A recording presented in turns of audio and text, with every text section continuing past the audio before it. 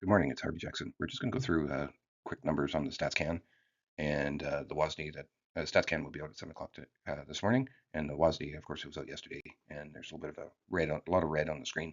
I think it's just a risk-off day, of course, but we'll just have a look at it. What's noteworthy here is we know that there's going to be a decrease in canola acres. It's pretty consistent, at least from the Reuters poll or whatever poll it was that they're using here. The average number is what gets worked into here. So if you end up with like 21 million yield or acres, you'll probably tighten up stocks quite a bit here. Wheat is expected to be almost the same, a little bit of an increase depending on where that comes in. Other ones that would probably be substantial, I guess, would be probably the oats, the other one, and it doesn't take much to make a percentage increase, but we'll look at that when it comes out later. Karen Braun wrote an article on the stockpiles might be smaller than they seem on the soybeans, and you can see on the left of stocks to use, it's actually pretty high when you look at past numbers. But as she notes here that they brought down the stocks to use, our ending stocks by close to 3 million, and that 3 million it's still going to be a relative tight supply because of the use, and what is going to play out is what's going on in U.S. on planting, and that planting report will be coming out at the end of March. But if there's a favor to go to corn, which that's definitely where the lean is, and they're currently doing their poll, and they'll get the numbers out at the end of the month here. And then there's the talk of the Canadian trade war with canola and not taking meal and oil could actually impact how much they take for soybeans as well because they need the meal. So let's just have a look at some of the numbers from the USDA, and some of these haven't changed, but I just want to make sure we highlight the Canadian ending stocks. So the wheat ending stocks, as far as they were concerned, and then there's still the StatsCan. They're going to have numbers, and the USDA and StatsCan don't always agree, but usually they come to some sort of agreements. But you can see the trend. So overall, this increased just a little wee bit here, but you can still see that there's a downward trend for the last 6 years of ending stocks. And where is it? China holds the biggest amount and by a substantial margin.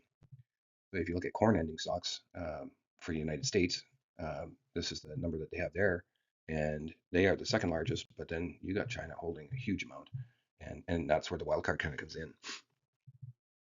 Canola ending stocks.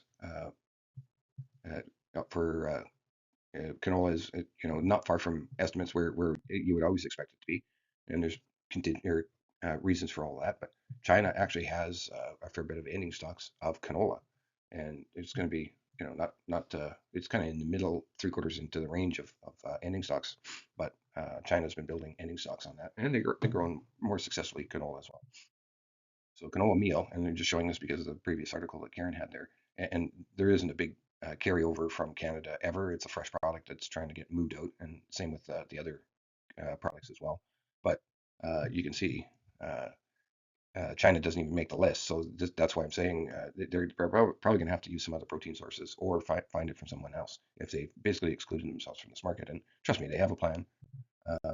Canola oil, we'll just go through this quickly. Like we're going to end up with lower stocks in Canada, and we are the second most, but China is actually holding some stocks of that as far as the USD is concerned. So here's your soybean ending stocks for US and world. You've got 4 years of increasing there, and who's got it? China's number one again in stocks, ending stocks being held over. Palm oil, palm oil's been decreasing, but Indonesia holds it all, and they're having problems with their production.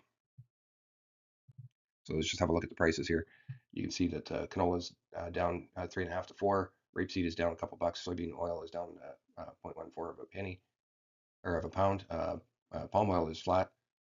Crude oil is actually up a little bit, and all the others, soybeans and corn, all down, and the wheats are down as well. Canadian dollar is just slightly down. So let's just have a look at the chart. Of course, there's the gap, and we're getting to full retracement here, pretty close to our previous values that we had seen a long time ago.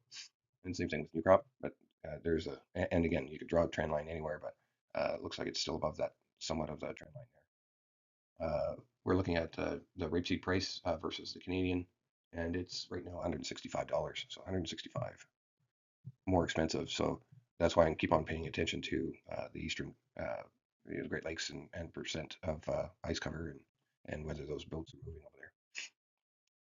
Here's your rapeseed for the fall. or for the price, and you've got that gap there too, but it's still a little ways in their 6 month chart to get the full retracement. Canola is a lot closer to the bottom, that's for sure. And here we are with soybean oil trend that way for sure, and it's staying stuck below on the slow stochastics for a while here. Palm oil, this is the one that's tight supply, and it's still hovering and sitting in that higher end of the range. Your soybeans falling apart here a little wee bit in the last couple of days, and you're getting close to that $10 mark here. Soybean meal is trending lower a little bit here the last few days here as well. You get Canadian dollar, just a farther back view here, and that's how long it's been trending down, and it's been basically in the sideways trend. So if you take the tops off of these ones here, you're probably getting closer to the bottom end to break down lower, would be the thought there. And if it does break below that previous low, we could get into this range here, and the economies might tell us that we could get there too, especially with the trade war and how it's affecting, or it could affect everybody's economy, and it's going to affect the U.S. too. So I don't know if the battle is going to be, if we're going to be in a trade war for that kind of length of time, it might take a while to get out of this. So let's just have a look at wheat here. So it had a bit of recovery the last couple of days. It's down, and the reason for that was they did increase the ending stocks, but seasonally I think this has still got to go in this direction here. Here's your new crop, and here's your hard red winter. Same thing there. It's been pulled back just a little wee bit here, so I'd have to be watching for stops and stuff like that on the Kansas for guys that have those positions. Chicago wheat, and here's your corn. Corn's been nice trend up, a little bit of a red day today, bigger candle, and we're trading right at the 463. It says when I took that screen grab. Live cattle, kind of looks like we topped out. Looks like we could be breaking lower here, but and again you can stay high for quite some time, but we're still a ways to make those previous highs that we've been up there. So just an overall pullback in the market. Here's your S&P. So I put this line here as that would be a not a good sign, but here's the sign that this trade war is on. S&P has been showing those numbers there, and yeah, we'll look forward to the StatsCan report later today or later this morning.